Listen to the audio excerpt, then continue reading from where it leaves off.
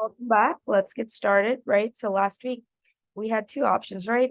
Either we had to break over 4,400 to break out, or a failure here was likely going to push us to the bottom of the channel.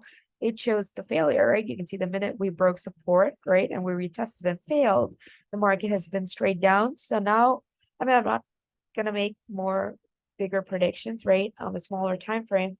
I do think, we could find the wave 3 bottom soon, right? We have that wave 4 kind of bounce, maybe 50, 60 points.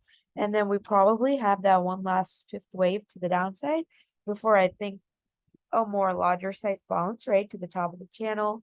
So for now, this is all I am watching, right? If we go to the weekly chart for SPX, we know for a fact, previously, right, we know that this was heavy resistance that we broke out of. So, at the bare minimum, this level around 4,200 to 4,165, right, should provide some kind of at least a little bit of bounce, right?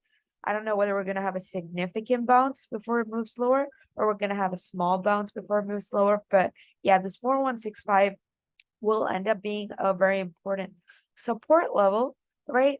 Coming back up, because if we fail this level, right, then I don't think the next level of support is still 4,000. And if we are gonna hit 4,000, then like I initially discussed, the scenario, right? If we're gonna hit 4,000, then this is our 1-2, right? Our wave 3 will come up to 39.10.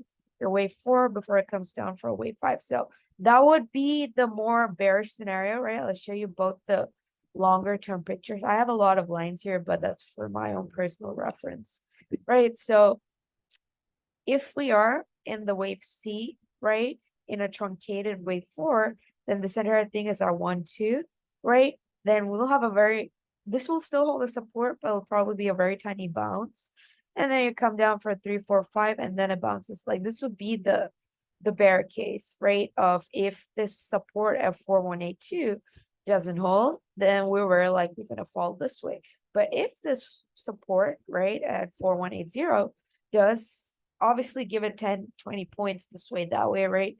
It's not going to be a perfect level, but if that bounce does hold, right, this entire thing could be your ABC, and then you have that wave B bounce, right? And then you can come down for another wave C. And this entire action, right, this entire sequence would again be a W, your X, your Y, right, in a bigger wave 4. Since the fact is that we are in a wave 4 sell-off, that's the reason, like previously it was so easy to say we're going to sell off, but in this case, right, since it's a wave 4, you have to be prepared for all kinds of deviations, right? That's why knowing where support is and where resistance is super important in this market. So yeah, and then you might ask me like, hey, you had like, you previously had a scenario where, this bounce could go to an all-time high. Like, yeah, I did, but we did not follow through, right? Because if you wanted to, right, we can't go lower than this 4230 level, and you can see that we have broken the low. So yeah, it's going to be highly unlikely for us to use this as support and go to an all-time high. If the market does decide to do that, it's going to be a one-off scenario, right? There's no real wave sequence to justify that. So that's the reason I still don't have that on my chart, right? This is kind of what I am watching right now. Like what is either going to be a B wave, this can be a X wave bounce or a B wave bounce, right? Or this can be a very minor wave 4 if it decides to break. So yeah, with that being said, right, let's look at the dollar, and the dollar should be able to give us clues, right, on which way the market is going to go. And it's very simple. You can see we've pretty much been sideways for 5 days, 6 days, right? Which means this is going to have a very violent move, either to the upside, right? Or it's going to have a violent move to the downside. So if it breaks to the upside, we know the market is not going to bounce because dollar heavily pressurizes the equities. And if it goes to the downside, then, our theory of the market potentially having a bounce, right, has a lot of credit to it. And to be super, if you really want a very aggressive market bounce, then the dollar must break this 105.6 level, because as long as it stays over this, it's still at risk for a lot of upside. So that's kind of the main reason why dollar levels are important, right?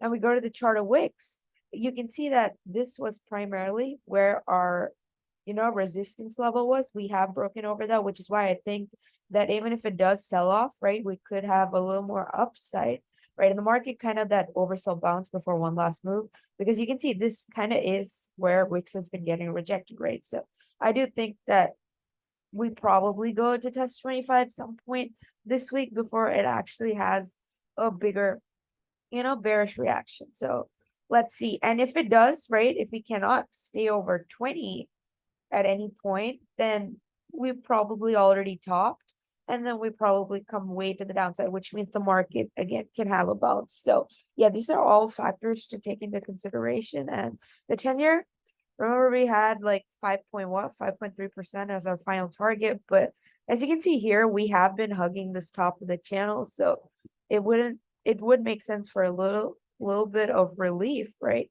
before it goes higher. So yeah. Let's look at this week's watch list. The first stock I have is DDOG. Again, the reason for that is broke this bear flag. Again, went sideways, broke another bear flag. So yeah, we do have a little bit of support here. If we break below 85, right, then we know that it has a gap to fill till 79. So I do think DDOG still has a little bit of room, right? Not a little bit, a lot more room to the downside. So that's the reason I have DDOG puts on this watch list, and I still have this NVDA. Again, I'm not bullish on this. I still am a lot more bearish. Like I've been talking about how bearish NVDA is, right? I just think that we could have that oversold bounce I was talking about, right? And we do know, you can see here, we pretty much bounced, right, since June of this year. So June, July, August, September. So 5 months, this level has held a support. So I mean, as long as we are over that, 405, 410 level, we could have like a $10, $20 oversold bounce. So that is something, that is possible before we continue lower. And that's the reason, I had called, as long as we stay over this 407, 408 level, right? I still think that NVDA has a little bit of bounce before it continues further down.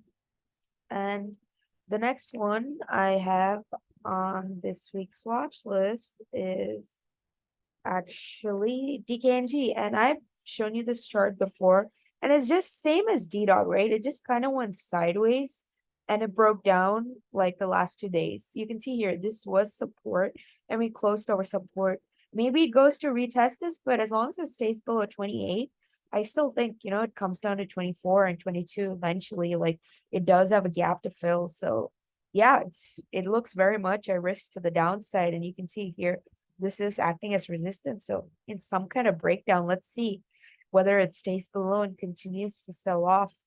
And last but not the least, the CCJ, it's held up better than the rest of the stocks, right? But it's still broken out of the, it's still below the channel. So ideally over 39, right? CCJ can retest its highs at 42, 43. But yeah, it needs to continue pushing higher, because if it breaks down, then it probably comes down to 33 before it goes higher.